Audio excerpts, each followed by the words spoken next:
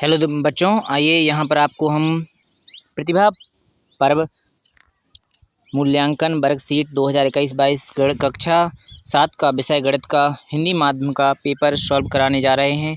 कम से कम समय लेंगे, आपका पूरी ही जानकारी देंगे। यहाँ पर आप भर सकते हैं, दिया हुआ है। चलिए, यहाँ पर आपको जल्दी से जल्दी ऑप्शन द्वारा करा दिए जाएंगे। तो यहाँ पर पहला क्वेश्चन है आपका, इसमें आपको चयनित को रोल नंबर को नंबर प्रसारित करना है। तो इसका सी इज द राइट आंसर होगा। इसमें आपका सर्वगुणज याद करना है, यानी 4 से वह संख्या कट जाए, 6 से दोनों से कट जाए। सर्वगुणज क्या होता है? 24 दोनों से कट जाएगा। चलिए और आगे देखेंगे। तो यहाँ पर अगले तीसरा क्वेश्चन ही आपका क्या पूछा गया है, इसमें पूछा गया है इनका योग बताइए। तो इसको दोनों को जोड़ेंगे तो 0.77 आ जाएगा। अगला क्वेश्चन आपसे चौथा पूछा जाएगा। चौथे क्वेश्चन में आपको अचर पद पूछा जाएगा। ABCD का होता है वो सब चर पद होते हैं, गिनती के सब अचर पद। इन सभी के साथ ABCD का अक्षर, इसलिए ये सब चर पद हैं। D is the right answer है, क्योंकि उसमें 3 है, उसमें कोई चर पद नहीं है। इसके बाद आएगा 5वें क्वेश्चन पर। इसमें बताना है समबाहु त्रिभुज, विषमबाहु त्रिभुज, समद्विबाहु त्रिभुज या समकोण इनमें से कौन है? तो विषमबाहु त्रिभुज, क्योंकि इसकी चारों भुजाएं समान हैं। ठीक है, यानी अलग अलग हैं। तो इसको भी देख लिया। चलिए और इसमें आएंगे तो अगले क्वेश्चन में बताएं कितने किनारे हैं। चलिए छठवें क्वेश्चन को दिखाते हैं। छठवें क्वेश्चन में पूछा गया है कितने किनारे होंगे। अगर आप बिग बॉक्स उठाएंगे उसमें किनारे देखेंगे तो 8 ही होते हैं। कितने होते हैं? 8। तो इसको भी आप अच्छी तरह से समझ सकते हैं और देख सकते हैं। चलिए 7वें क्वेश्चन में पूछा गया है इसमें कितने क्या खाली हैं? 4 खाली हैं, तो 4 ऊपर रहेंगे। पूरे कितने हैं? 6। तो इसका D is the right answer हो जाए, क्योंकि इनमें से और कहीं ऐसा है नहीं। चलिए और आगे देखेंगे। और आगे 8वें पर देखोगे तो आपको कुछ भी नहीं करना, इसका मान याद करना है। तो कितना है? प्लस माइनस के 3 का गुणा होगा, माइनस का गुणा प्लस में होगा तो कितना है? माइनस के 3। और यहाँ पर 5 थे, इसे हल करेंगे तो कितने आ जाएंगे? 2 आ जाएंगे। किसके आएंगे? प्लस के, क्योंकि 5 प्लस की बड़ी संख्या थी। तो इसका राइट आंसर क्या हो जाएगा आपका? 2 इधर राइट आंसर हो जाएगा। अपन लिख भी सकते हो नीचे, डायरेक्ट आंसर भी लिख सकते हो, क्योंकि 1 नंबर में अंक है। चलिए और आगे देखते हैं। 2 नंबर के क्वेश्चन आ गए, हमको इनको लिखना ही पड़ेगा। आपको क्या करना पड़ेगा? लिखना ही पड़ेगा। तो इन तीनों संख्याओं को जोड़ दीजिए, आपका आंसर आ जाएगा, आशा करेंगे। तो अगर आपको नहीं आया समझ में तो इसको जोड़ लीजिए। लास्ट में आपके जोड़ेंगे आप, जैसे लास्ट की आपकी जो संख्या है उनको जोड़ेंगे तो 15 की 5 आ जाएंगे। फिर आप दहाई का अंक जोड़ेंगे तो 18 हो जाएगा। 18 की 8 आ जाएंगे, यहाँ से 1 आ जाएगी। फिर आप जोड़ोगे 4 और 2 6, 6 और 1 7, 7 और 1 8, फिर 8 आ जाएंगे आपके। अगला जोड़ेंगे तो आपको क्या आ जाएगा? 0 है, फिर यहाँ पर 0 है, फिर 3 से 3 और 1 4 हो जाएगा, तो 4 आ जाएगा। फिर आपके कितने हैं तो आप उसे भी देख लीजिए। 1 है, 2 है, सो 2 और 2 4 और 2 8, तो कितने हो जाएंगे? 8। यही इसका राइट आंसर हो जाएगा। आशा करेंगे अच्छी तरह से समझ में आ गया होगा। चलिए और आगे भी देखते हैं सवालों को।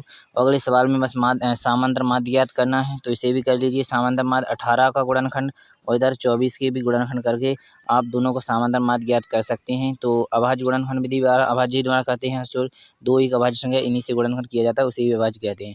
2 से काटेंगे इसे तो 2 से 2 नम 18, 9 से काटेंगे 3 3 आ जाएगा। फिर 3 से काटेंगे तो पूरी कट जाएगी। 2 से काटेंगे 12 आ जाएंगे।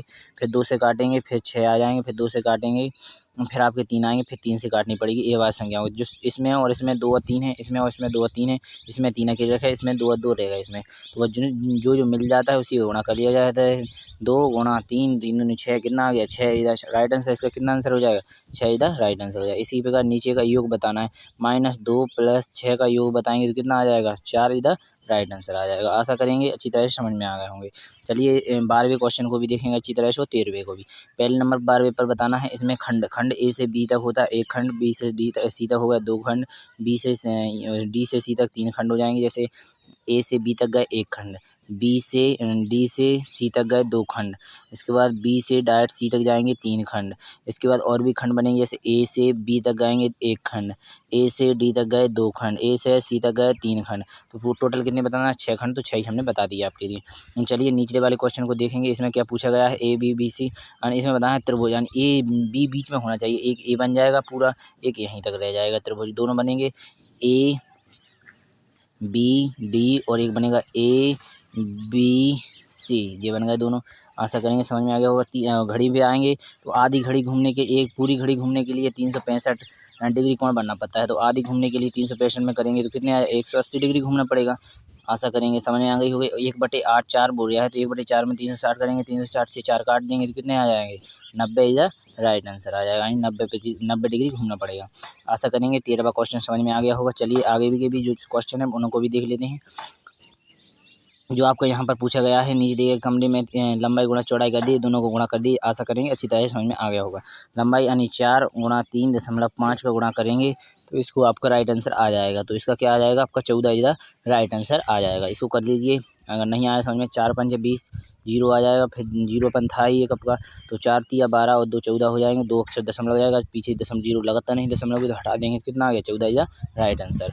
गुणा कर लीजिए, आ जाएगा अच्छी तरह समझ में। तो 15वां क्वेश्चन है, उसे भी देख लीजिए। अगर आप 5 ग्राम हैं और ग्राम का एक बाँट है छोटा सा, या इसमें बताया है 50 ग्राम का एक गिलास है और 1 किलो शक्कर नापने के लिए कितनी बार नापना पड़ेगा। तो आप 50 ग्राम 1 किलो है, तो 1 किलो कितने बजे है, 1000 ग्राम। तो 1000 को नापेंगे तो इससे इसे काटेंगे, 5 से काट देंगे, 5 दूनी 10, 0 को 0, 20, यानी 20 बार नापना पड़ेगा जब 1 किलो 50 ग्राम से हो पाएगा। तो चलिए अगले क्वेश्चन को देखेंगे। इसका दंडालेख बनाना था, तो जितने भी है केला नीचे लिख लीजिए, है ना, 0 मान लीजिए केला ना, केला तक, फिर 1 2 से मानिए 2 4 6 8 और वो भी ऊपर और मान लीजिए 10, ठीक है।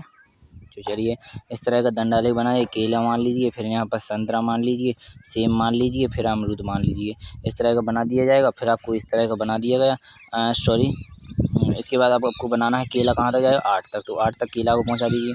संतरा कितने लिए हैं, 6, तो 6 तक के संतरा पहुँच जाएंगे। इसके बाद आपके सेब कहाँ तक जाना है, 10 तक, तो ऊपर 10 तक जाएगा। इसके बाद आपका अमरूद है, तो अमरूद कहाँ तक जाएगा, आपका 4 तक जाना है, तो 4 तक अमरूद चला जाएगा। ऐसा इस प्रकार का दंडालेख अच्छी तरह से साफ़ सुथरा बना लीजिए। आशा करेंगे अच्छी तरह से समझ में आ गया हो। जय हिंद जय भारत। पूरी तरह से पूरा आपका यहीं पर कंप्लीट होता है, पूरा अच्छी तरह समझा दिए। और भी अगर आपको सही विषय का हम लेकर आने वाले, इसलिए जल्दी से हमारे चैनल को सब्सक्राइब कर लें। हर एक विषय का कक्षा 8 के हों या 7 के हों, सभी का हम सोल्यूशन ले आएंगे। जो प्री बोर्ड आपके आने वाले हैं कक्षा 10 वालों के, 9 या 12 सबके, उनके भी आएंगे। इसलिए जल्दी से चैनल को सब्सक्राइब कर लें और पूरी वीडियो कर देखें और लाइक भी कर दें। जय हिंद जय भारत। अगली वीडियो में जय हिंद।